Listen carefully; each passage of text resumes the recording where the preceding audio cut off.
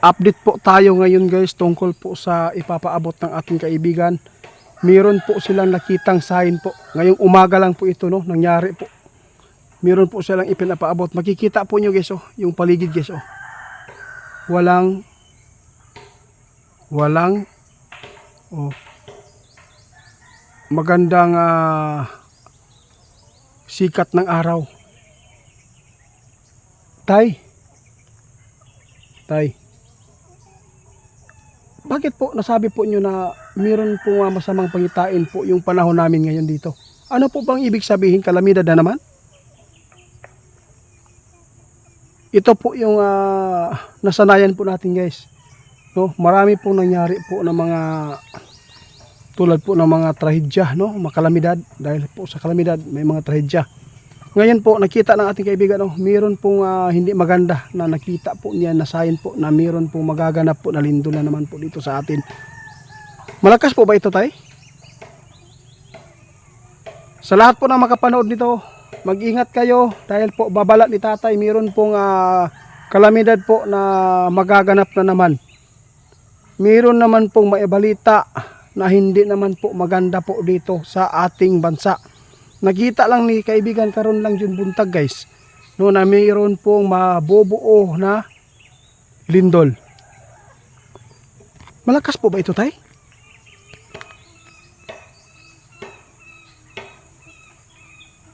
Mag-ingat lang po kayo lagi guys, no? Hindi po niya alam kung malakas po ba ito, basta kapag itong sign na ito na sinasabi po nila, no, tulad po nung sinasabi po nila na may sign po na lindol kasi po walang hangin na nakita natin. Pero ngayon may hangin guys.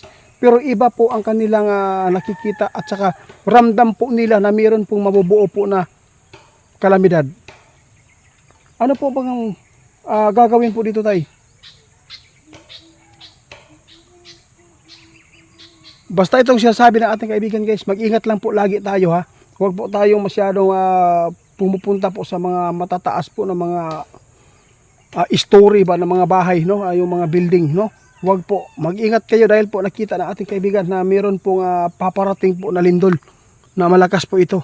Hindi naman po siguro tsunami ito tayo at saka hindi po ba dabiguan to?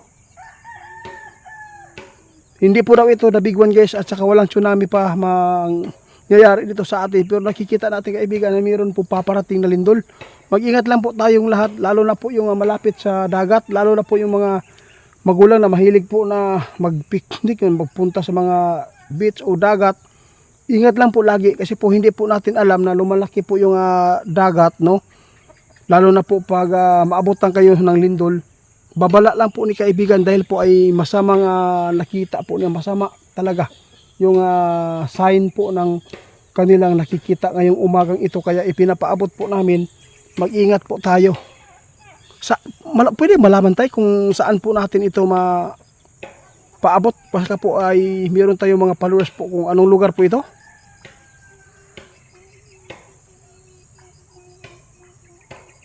Sabi po ng ating kaibigan, kung sino man po yung mga lugar po dyan na laging tinatamaan po ng malalakas po na lindol, no, doon daw pa rin, no? Doon pa rin po, babalik pa rin po sa dati. Nako po.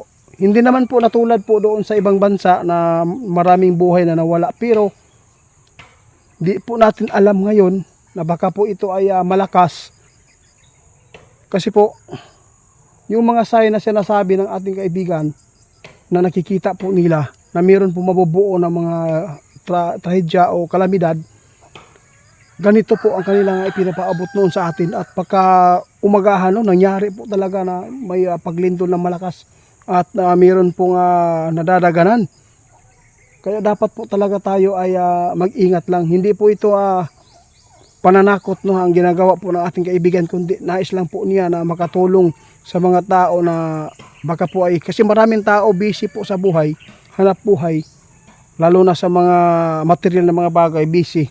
At least po, pag nakapanood sila, hala, may lindol na ipinapaabot yung kaibigan natin, dapat po pala, no, dali lang ko diri sa mall mo gawas. Di ba tay? Oo. Salamat po sa ipinapaabot po niyo tayo na impormasyon ha. nagpapasalamat po tayo sa inyo tayo kasi po ay yung mga panahon, hindi lang panahon, lahat po ng ikakasama po dito sa mundo namin, sa tao, ipinapaabot po niyo para hindi kami mapapahamak. Sa lahat po na nagtatanong sa amin, no, bakit po daw naniniwala kami sa mga elemento, hindi po kami patay, hapit ko si Piatay, pasensya natin, tao lang ha. Hindi po kami nagsabi na pinaniniwalaan po namin yung mga ipinapaabot ng ating kaibigan, no? Kasi po sabi po nila mas pinapaniwalaan po daw namin yung duwende.